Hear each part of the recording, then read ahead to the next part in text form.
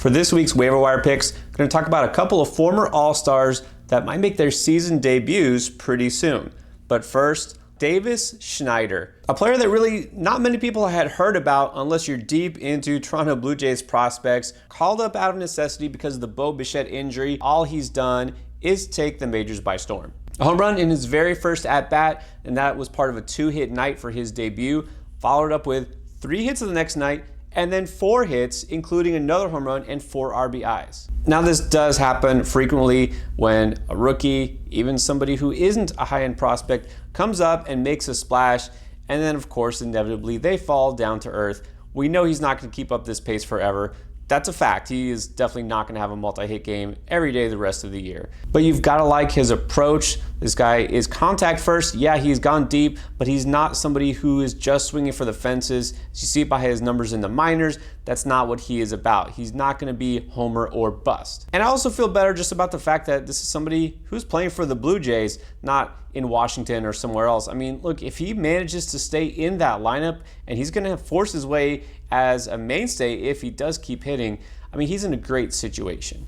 All right, now here's a name that you haven't heard in a minute, Trevor Story. That's right, former All-Star Colorado Rocky, has been out all year, didn't know when he was going to debut, and it looks like it's going to be this Thursday. He will be the everyday shortstop as soon as he returns. I mean, the Red Sox didn't make a lot of moves at the deadline. They definitely didn't add anybody that would threaten his playing time. You already know what he's about. In his prime, one of the best players in all of fantasy, power, speed. Now, last year, even before the injury, was kind of disappointing. Only hit .238.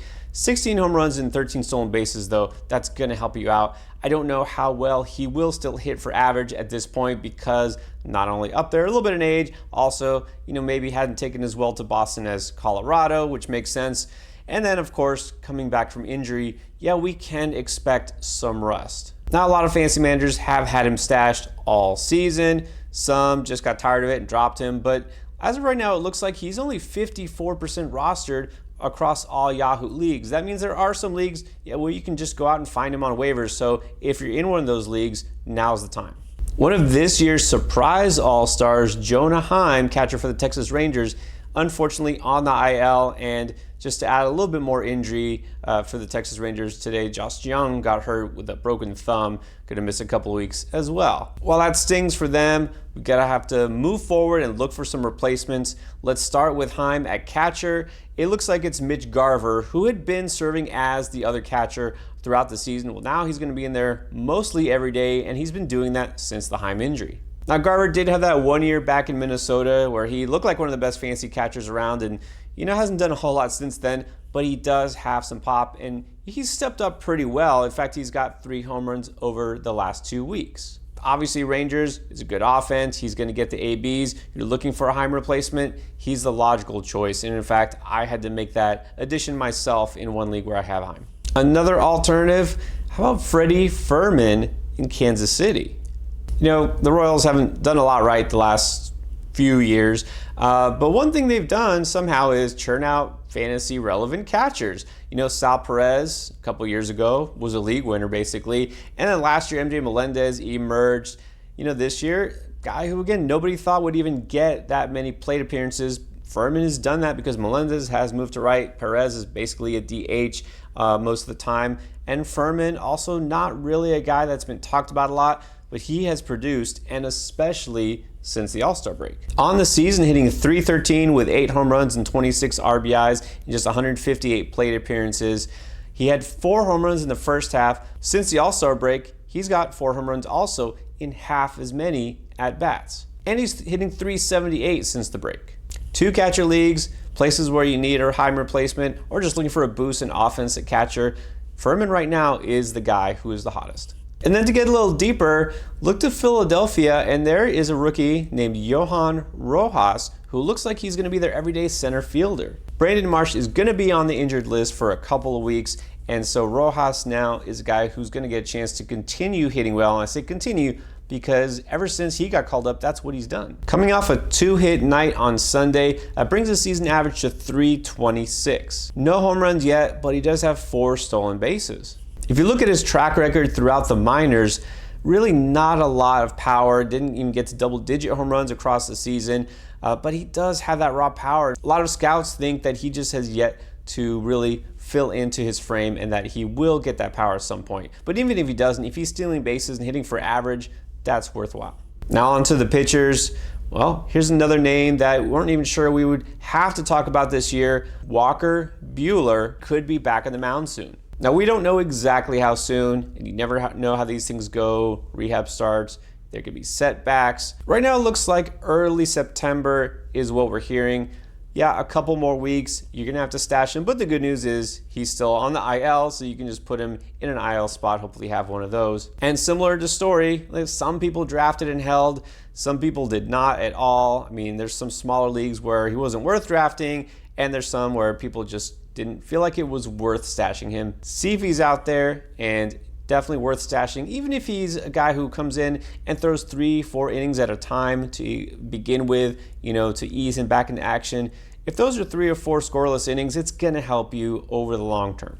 Now, another pitcher that we should have been hearing about this whole time, but Yuri Perez, for some reason, was exiled to the minors. You remember Perez, the 20-year-old, 6'8", flame-throwing right-hander who hits 100 miles per hour. In 11 starts in the majors, 2.36 ERA and a 1.09 whip. Why was he even sent down? Well, supposedly it was to manage his innings, which makes a lot of sense for a 20-year-old, but then they had him making starts at minor league level, which makes no sense because if he's throwing those innings and those pitches, why not do it in the majors? Anyways, he's back, set to start on Monday, and there's absolutely no reason he should be on waivers in any league. So if someone doesn't realize that he's back because he's still got that NA by his name potentially until Monday, add him immediately. Now, a guy who's coming off another quality start, but has actually been dropped in a lot of leagues, is Chase Silseth. Silseth has been great so far in his rookie season, and I did mention him just a couple of weeks ago.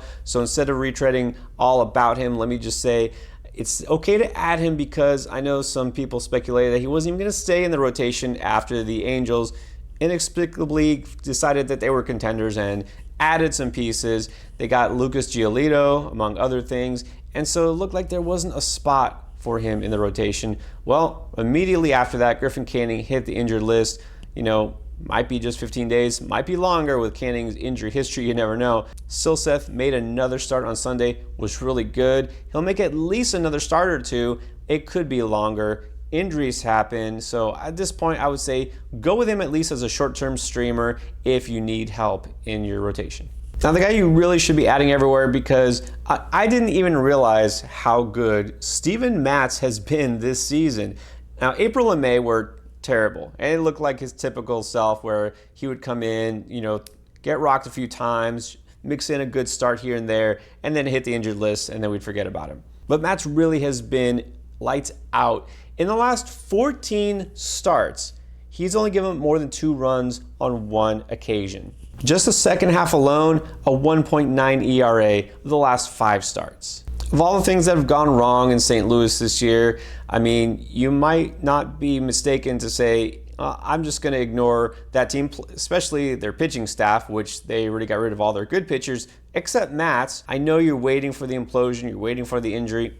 It could happen, but man, you just can't ignore the numbers because it's not just a couple starts. It's not just a small stretch. It's really been the last 3 months. And you're looking for a closer. Well, there's going to be a lot of guys going in and out of that role in certain teams. The one guy I feel pretty good about, not just because of opportunity, but talent, is Gregory Santos in Chicago. I'd say out of any team in the majors, the one that's trended downward the most the last couple of weeks is Chicago. Pretty much everything gone wrong for them. But part of that includes the fact that Liam Hendriks, unfortunately, out again after his return. Kendall Graveman was traded away.